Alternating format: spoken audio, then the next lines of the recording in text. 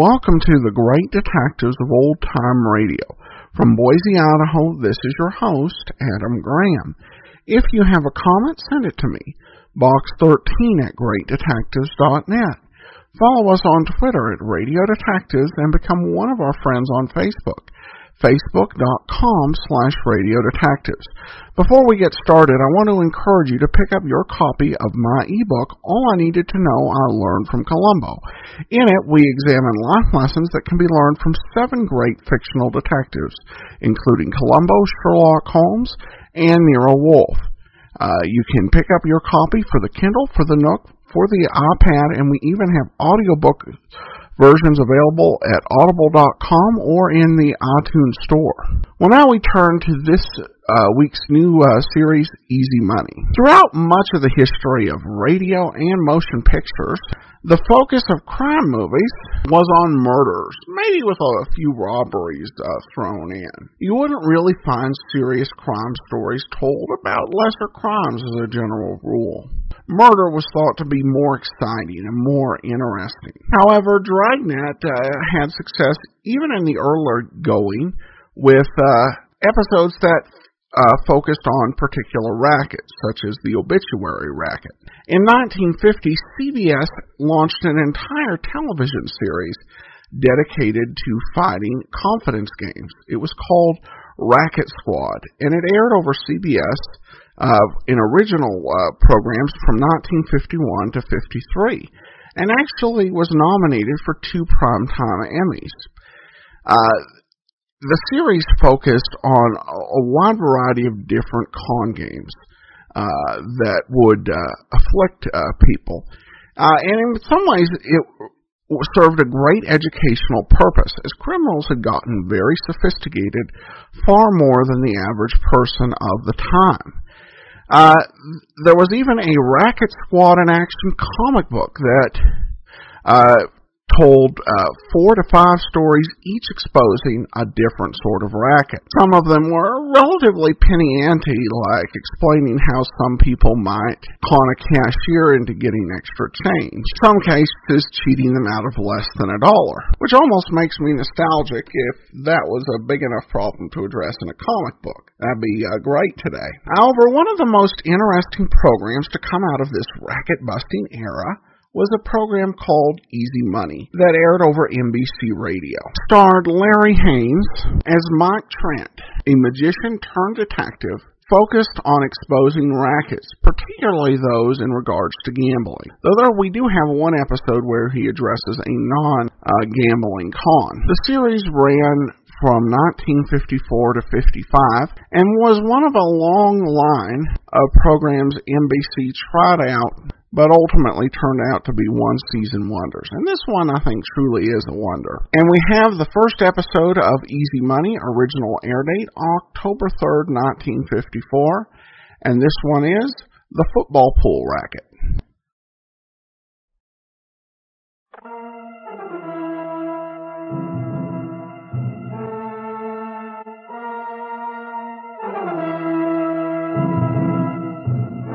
Tonight, the National Broadcasting Company presents the first program in a new series, exposing the inside secrets of gamblers, racketeers, and con men. It's called Easy Money. Easy money? There's no such thing as easy money. That's the opinion of Mike Trent, the famous magician who turned detective to break the easy money rackets wide open. Mike Trent is the man who knows all the answers when it comes to confidence games and gambling frauds. Tonight, he has a story that's going to blow off the lid on the football pool swindle. Here he is, Mike Trent. Thank you, Bill McCord. In this sports-minded country of ours, almost all of us have had experience with making up our own pool on football, baseball, or boxing. It's a small-time, harmless amusement. But there's another kind of pool, and that's the big-time football pool. A nationwide lottery based on the scores of the leading games each week. Well, getting inside of this kind of a pool has always been a tough problem. These pools are big business, with a network of straw bosses out front and a head man whose identity is a mighty well-kept secret. I had the luck, good or bad, to get a personal invitation to meet one of these football lottery kingpins. It came suddenly and surprisingly one day while I was in my office with Patsy Ryan, the little Irish whirlwind who runs my office. And occasionally tries to run me as well. She was typing a letter when all of a sudden she said... Mike, with your reputation as a detective, why do you have to take the kind of cases you do? What's wrong with the kind of cases I take, Patsy? I like to help people get their money back when they've been gypped. But the people you have to associate with, well, Mike, they're just... There's nothing wrong with my clients, Patsy. They've just been trapped by easy money bait. Can happen to almost anybody. I'm not talking about your clients. Oh, I feel sorry for most of them. But your work keeps you constantly around gangsters, hoodlums, cheap racketeers. Well, what kind of a detective would I have to be to hobnob exclusively with the upper crust? Well, I don't know any other detective who never brushes up against honest, respectable people. Oh, really, Mike? You're clever enough to handle bigger things. Patsy, do you know any detective who makes more money than I do or charges his clients less? Now, that's not the point. Money isn't everything? No, it isn't. But, well, I get a lot of satisfaction from helping my clients, Patsy. Getting their money back for them. Money they can't afford to lose. I like to teach racketeers a lesson. Patsy, there's only one way you can hurt a racketeer without killing him, and that's hitting him in the pocketbook. Now, my clients aren't ever crooks. They... Well, how do you do? Something I can do for you, gentlemen? Yeah, we got a case for you. Oh, a case? What kind of a case? Well, this is one... Got it, Lenny. The boss said he'd do the talking. Look, Trent, there's a lot of dough in this. You'll make plenty. Yeah, come on. Come on, where? To see the boss. He wants a conference with you. It's a real big business type stuff. A conference. Oh, but just who is the boss? He's the guy who... Shut up, Lenny. He said don't spill nothing. But Trent... No buts. You heard him say bring Trent and anybody else happens to be in his office. No rough stuff if you can help it, but bring him. And don't tell him nothing. Remember, Lenny? Well, sure, Krabs, but... Orders is orders. All right, come on, both of you. The dame, too, but she... No buts. Orders. Both of you, come on. Well, just where do you think you're going to talk me into going? To the boss. Quiet. Mister, you're going with us, and we ain't talking you into it. We're taking you. No rough stuff, if we can help it. Yes, but I presume that bulge in your pocket isn't a slingshot. It's a 38, only I won't use it. Oh, really? Well, if you'll give me a guarantee on that, I don't think I'll go with you. I won't use it. Lenny takes care of the rough stuff with his fists. You want to try him? No thanks. But what's this all about, anyway? But the boss wants... Shut up, Lenny. Let the boss do the talking. You ready? Now, look, fellas, there's no reason why Miss Ryan should be forced to go along. Orders. I don't mind at all, Michael. Really. If your clients weren't such lovely people, it would be different. But they're always such upright, respectable citizens. I'd love to go with you.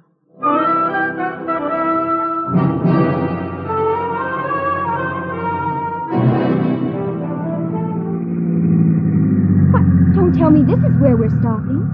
You like it? The boss Never said... mind, Lenny. Why, it's one of the most beautiful country estates I ever saw in my life. And I thought we were involved with gangsters. Oh, Michael, I apologize. Apparently you have a very high-class client here. Lady, we ain't gangsters. We got one of the Never best... mind what we got. The boss will tell him what he wants him to know. All right, come on, get out. Here he comes now to meet us. Mike, this is fantastic. Just as I make up my mind we've been kidnapped by hoodlums, we pull up at this gorgeous estate, and that handsome elderly man comes down the lawn to greet us. Here they are, boss. Well. Good afternoon, Mr. Trent. Delighted to meet you. I've heard so much about your work. I'm happy you accepted my invitation. Invitation? Won't you introduce me to the charming young lady, Mr. Trent? She's quite welcome here, I assure you. Any friend of yours. Quite a charming way you pick your weekend guests, Mr. Oh, how stupid of me. I haven't introduced myself. Carvel. Barton H. Carvel. And the young lady, Mr. Trent?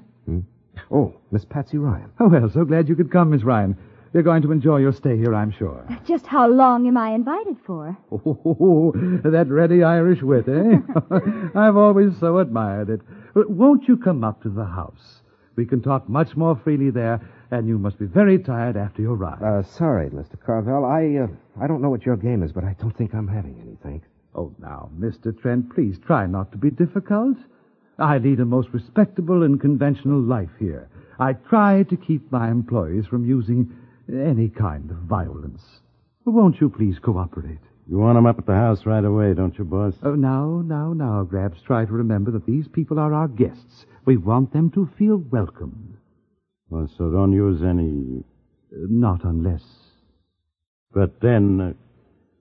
That's right, Grabs. Now, wait a minute. Oh, Mr. Trent, I'm so glad you understand. Well, this way, please.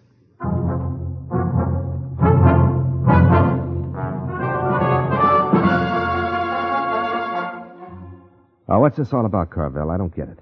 And why did your gorillas force Miss Ryan to come with me? She happened to be in your office.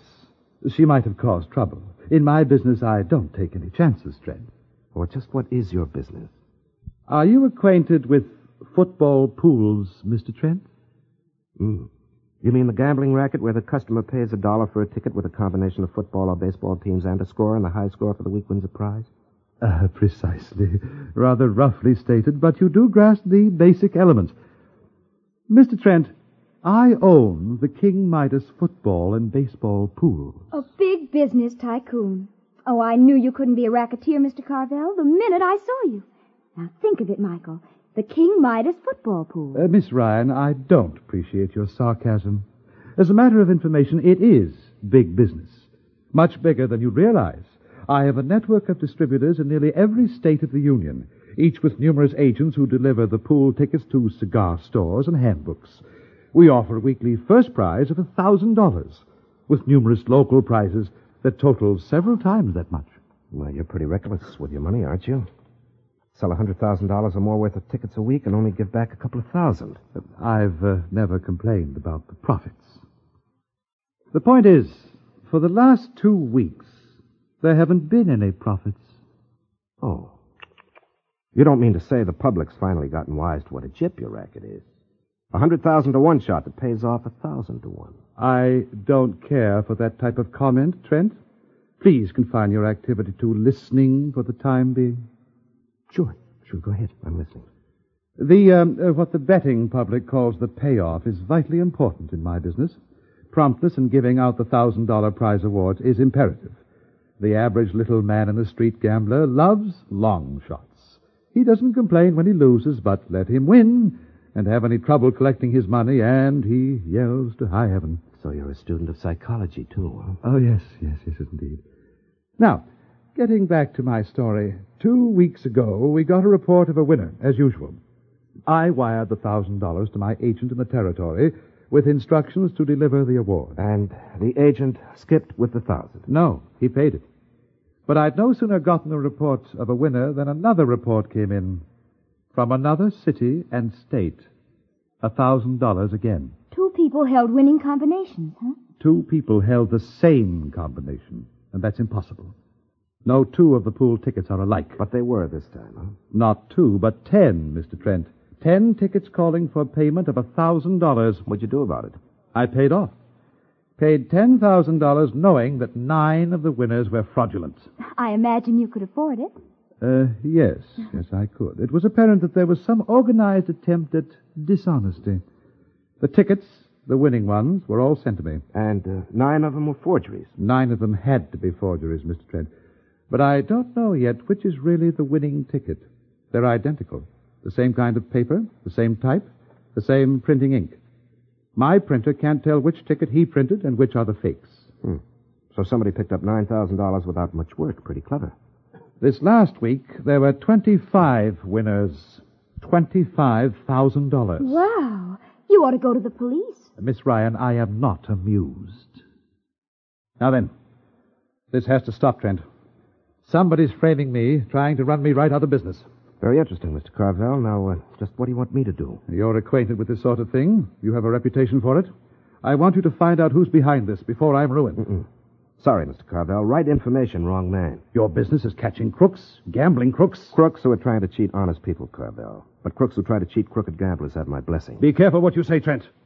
I am not crooked. I pay off. Oh, sure. Sure, $1,000 a week against a take at least 100 times that.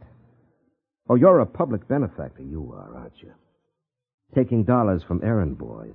People who go without lunch to take a chance on winning $1,000 because it seems like all the money in the world to them. Giving them such a slim chance, they might just as well toss their money right in the river.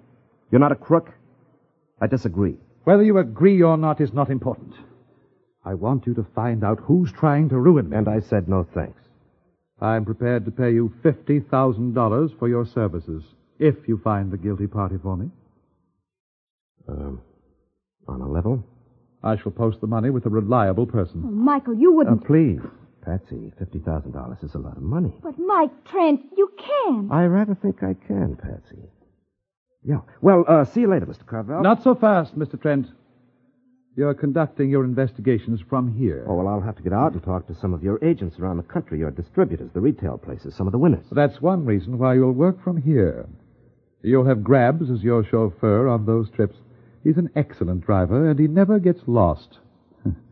He knows his way home. But how about me? I'm not staying here, am I? I'm afraid you are. What? Now, Patsy, let's not question Mr. Carvel's hospitality, especially since it'll keep on costing him $25,000 a week, not to make us welcome.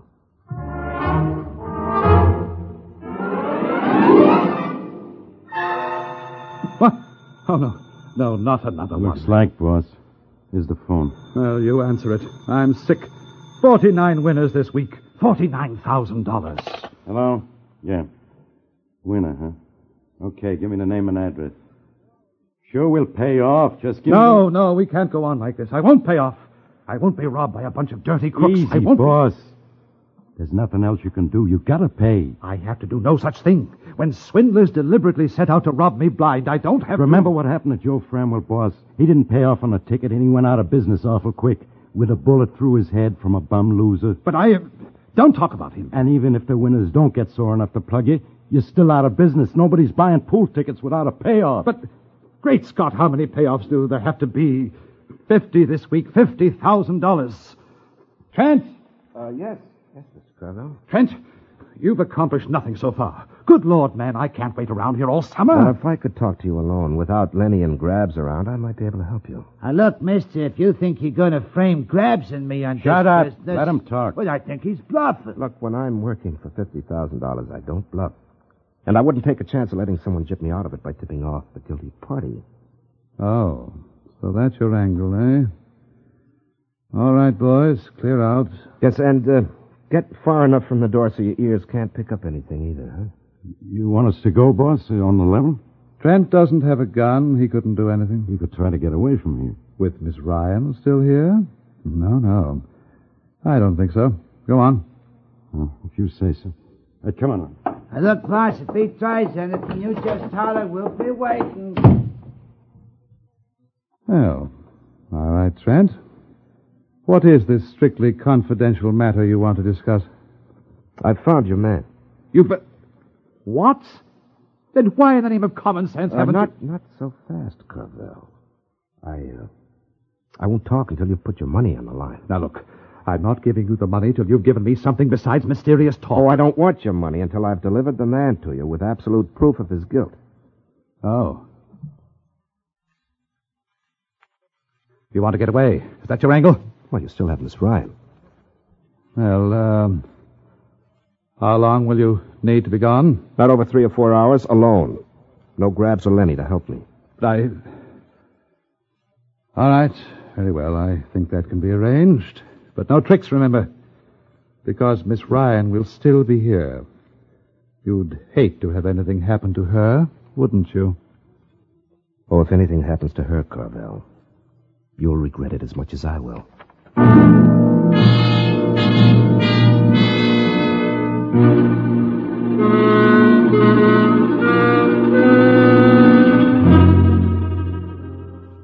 What? You mean to say Mike Trent drove off and left me here alone? Oh, now, my dear. You're not in any danger. That is, unless he tries to be dishonest with me. I can't understand him anyway.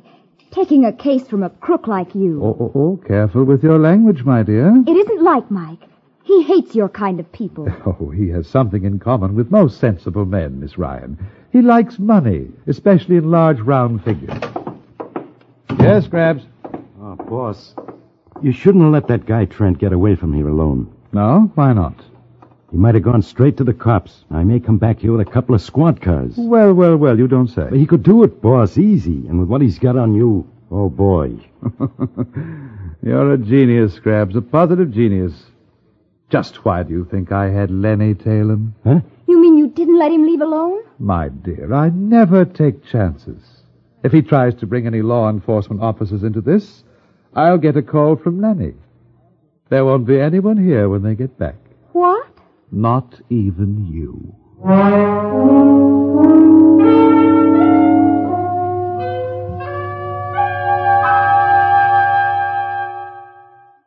I can't understand what's taking Michael so long. How long did you say he'd be gone? Hey, he's back, boss.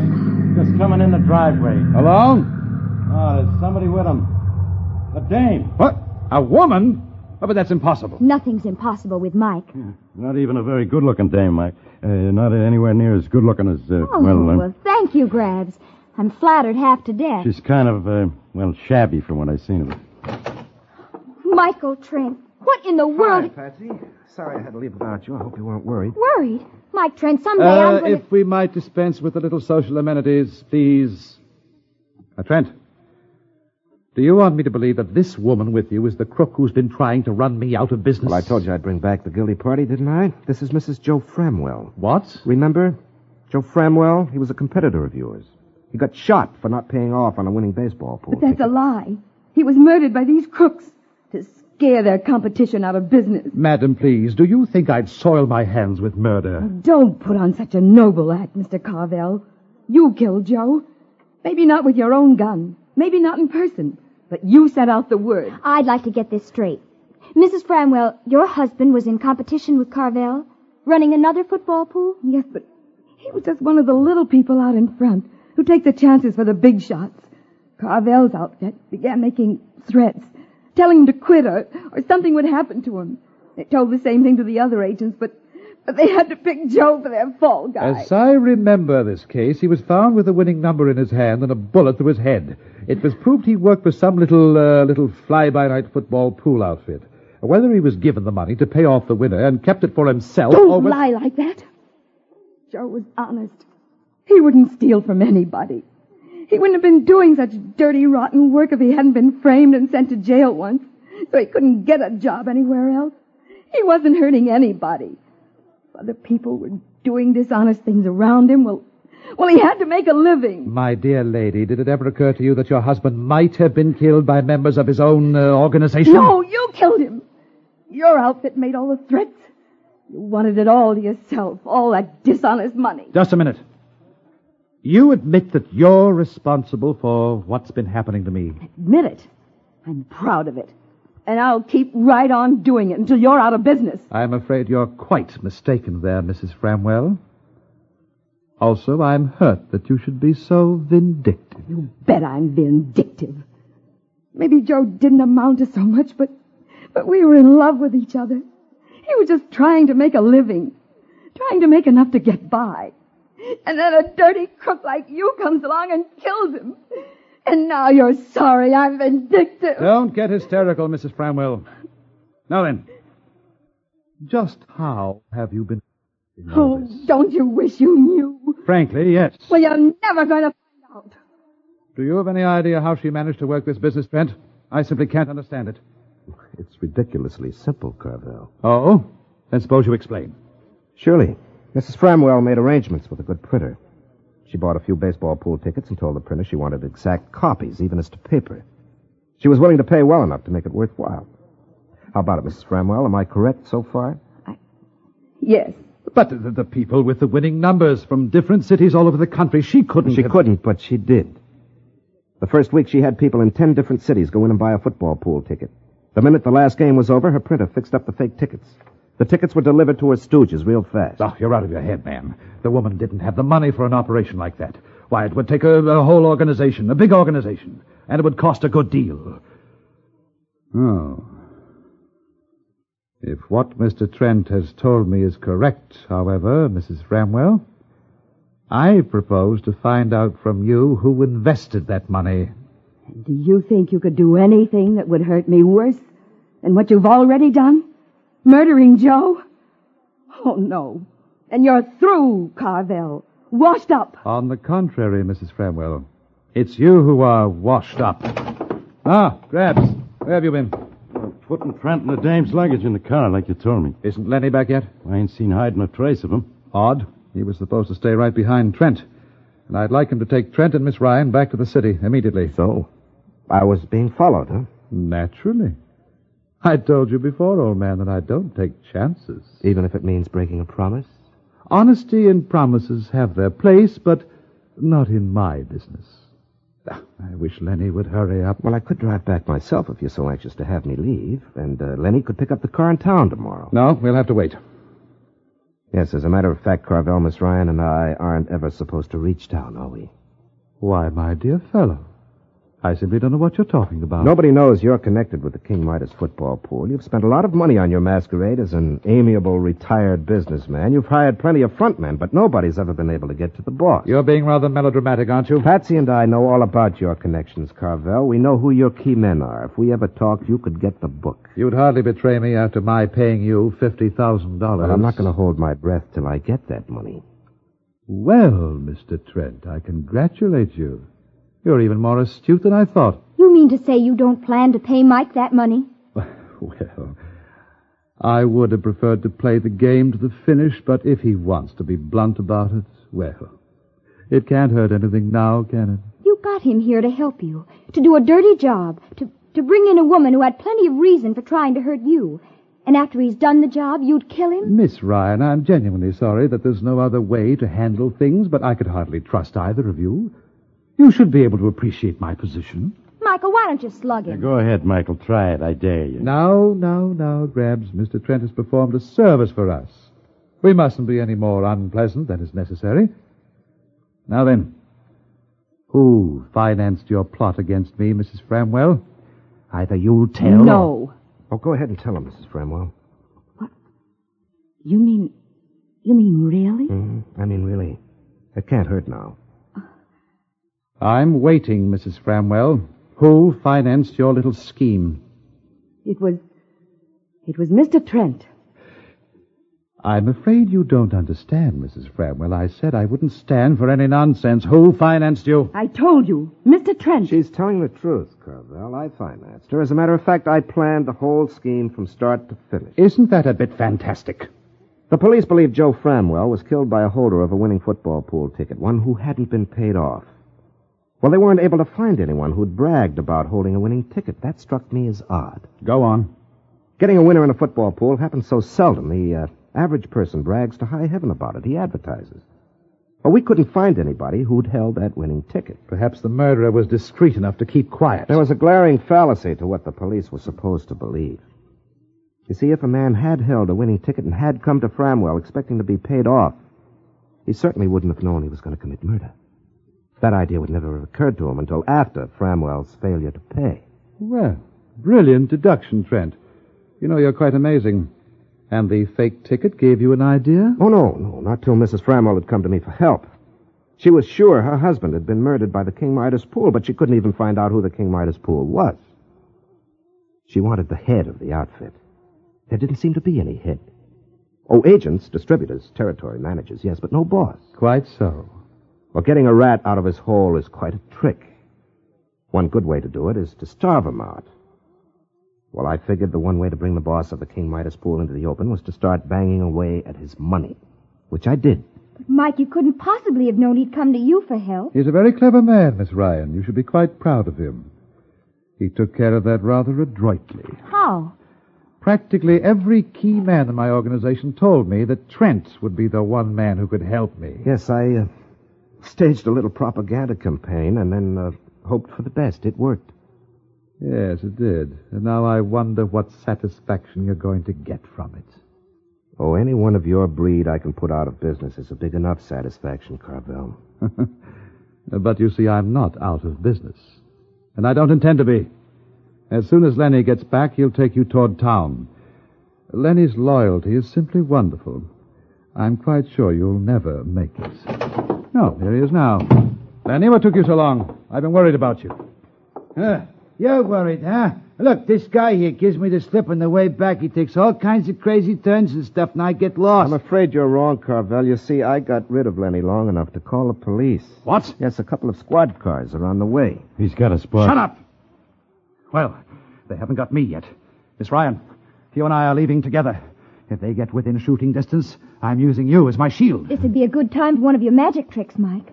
Get in front of me, Miss Ryan. Come on, move. You heard him. Let's go. But please. You're too late, Carvel. Open up, please. Cops boss at the door. Now, we ain't got a chance. Better get rid of your guns, boys. They have orders to shoot anyone with a gun. That's good enough for me. Here. No, Grabs, don't. I ain't swapping bullets with any squad of cops. Here. I'll take yours too, Carvel. Why, you... That's better. Now we'll all go outside, huh? There ain't nobody here. Who was that? Oh, I neglected to tell you, Grabs. You see, I used to be a ventriloquist. What? Yes, and those knocks you heard were a spirit wrapping device. It's just a little gimmick that fits around your waist, you see. Little wooden sounding box with a hammer inside it. The kind children use for noisemakers. Flexing the body muscles makes it work. Here, listen. You mean there aren't any police out here? Well, sometimes you don't need the police if you have a good gimmick. So, from here on, Carvel, you're my guest. Let's go.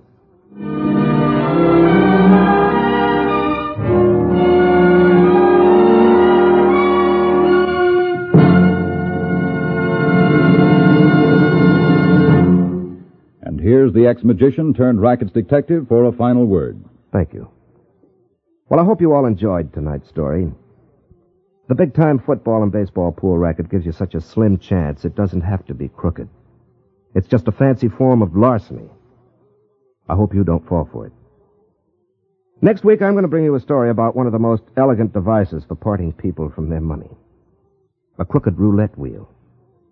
If you've ever played roulette or wanted to play the game, I think you'll find it most enlightening.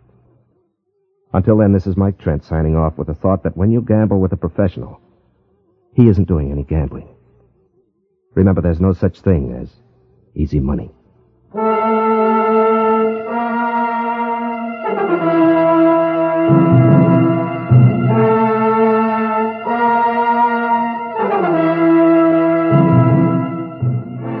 Be sure to listen next Sunday night at this time for another expose of gambling frauds and confidence games featuring Mike Trent, the famous ex-magician turned Racket's detective. Featured in tonight's cast were Larry Haynes, Jerry Ann Raphael, Irene Wicker, Ivor Francis, and Maurice Tarplin. Easy Money is produced and directed by Blair Walliser for Air Shows Incorporated. Tonight's script was written by George B. Anderson. This is Bill McCord speaking. Join your... Welcome back. Well, excellent writing on this, and I have to admit I did not see that twist coming the first time I listened to it. But it is a pretty clever twist that really does take you by surprise. And once again, we do see this idea, and it's one that is used even when so-called nonviolent criminals are shown. That really, when they face exposure, the veneer of respectability will disappear and the true thuggishness beneath will come out. Something that is often used to add excitement that people may feel they're missing out on with non-murder stories. Well, we actually only have 4 episodes of this series, which is a real shame. So coming up in 4 weeks will be another NBC series, Crime and Peter Chambers. So be sure and listen for that. But next Tuesday, it'll be another episode of Easy Money. Tomorrow, The Adventures of Philip Marlowe. In the meantime, send your comments to box13@greatdetectives.net. Follow us on Twitter, Radio Detectives, and become one of our friends on Facebook. Facebook.com/Radio Detectives. From Boise, Idaho, this is your host, Adam Graham, signing off.